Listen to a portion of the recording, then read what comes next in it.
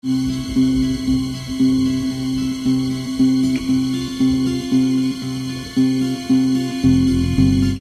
are a lot of things I think Stephen King excels at, but the short story narrative is definitely high in the list.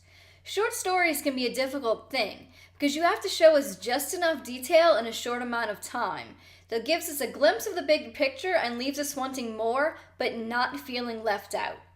Sometimes They Come Back is a great example of how King strikes just the right balance. We are quickly introduced to Jim Norman, and we know right away that he has a troubled past. He's finally found a job after losing his last one due to a mental breakdown. Being a teacher of public high school students is certainly a stressful job, and we quickly find out that Jim has a horrible memory of rebellious teenagers from when he was a small child. He's plagued by nightmares in which he relives this memory, and that's the first time that the title of this story is referenced. Sometimes the memories of seeing your brother killed in front of you come back.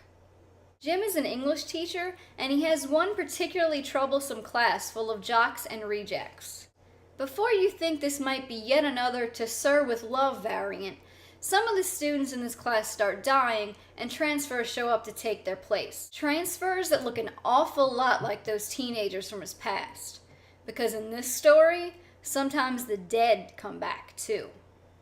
Watching his students and then his wife be put in danger by these undead punks who also killed his brother forces Jim to resort to drastic measures, supernatural measures fitting the supernatural events that are happening to him. I'm not going to spoil this part because I really want anyone who has not read the story to do so. King shows off his talent for the macabre here, and it's just something you've really got to read for yourself. The story ends, but it's not really finished, allowing the reader to decide for her or himself what will happen next. Because again, sometimes they come back. Unfortunately, these wonderful hanging threads that work so well in Stephen King stories are not the kind of thing that Hollywood likes. They'll set you up for a sequel, sure, but they want a resolution to the story at hand first. They also normally want to flesh out the backgrounds to make you feel a little bit more about the characters. I'm okay with the latter as long as it's treated right, but I tend to be pretty regretful of the former. The movie version of Sometimes They Come Back does both. The movie and I started out on the wrong foot as it insists on using narration in the opening scenes.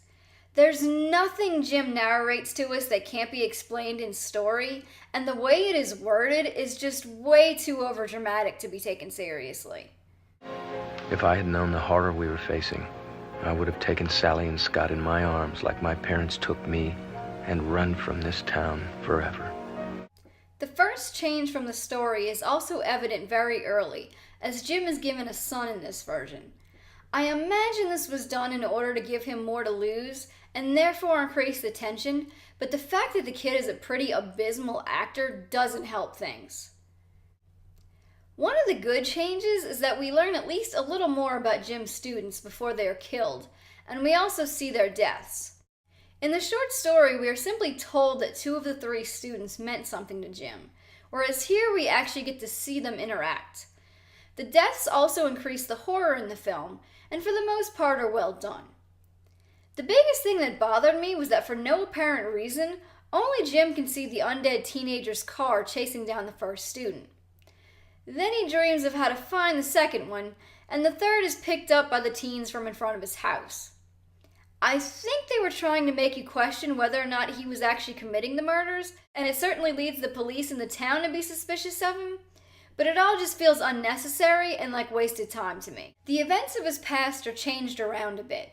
In the story, his brother was killed by the teens after a scuffle under a train overpass. The teens got away, and Jim was later brought in to identify them in a lineup. In the movie, the scuffle happens on the actual train tracks, and while his brother is still stabbed by the teens first, everyone but Jim and one of the teens dies when a train shows up. Besides that change, things mostly follow the events of the story until all 3 teens are back from the dead, and then it starts to veer off.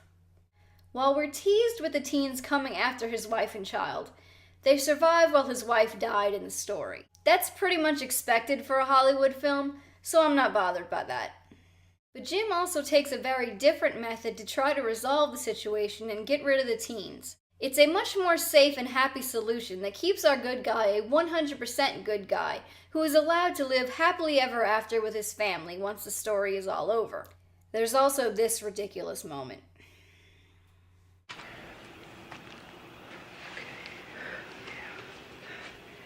Jimmy? No, Jim's my dad. But that's my cap. I gave it to Jimmy. I know you did. But I gave it to my son. I'm still your little brother. My brother's 9 years old. I grew up. It's been 27 years since you I died. want to go back. Please, I want to stay. I was all alone there. I'd do anything to have you back again. To make up for all those lost years. You can't stay. Then come with me, Jimmy. Jim loves you so much. But we need him here. Scotty needs him. The same way that Jimmy needed you. You won't be alone anymore. Now that this is over, you're gonna go to a better place where Mom and Dad are waiting for you.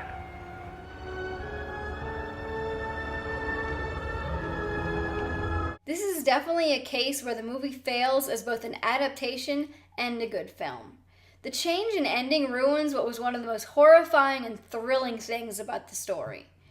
I know that a happy ending is expected in films, but in this case, it's unforgivable. It turns it from a truly spooky story into a generic revenge story with a supernatural element. On top of that, the film's cheap effects, hokey dialogue, and not well-defined twists keep it from being enjoyable. I can't recommend it for King fans or horror fans. Given how far off the rails this one goes from the original story, I can only imagine how bad those sequels must be. Fortunately, I don't have to imagine, and I don't have to watch them. Nola's going to cover those. I'll be moving on to Children of the Corn and its multiple adaptations.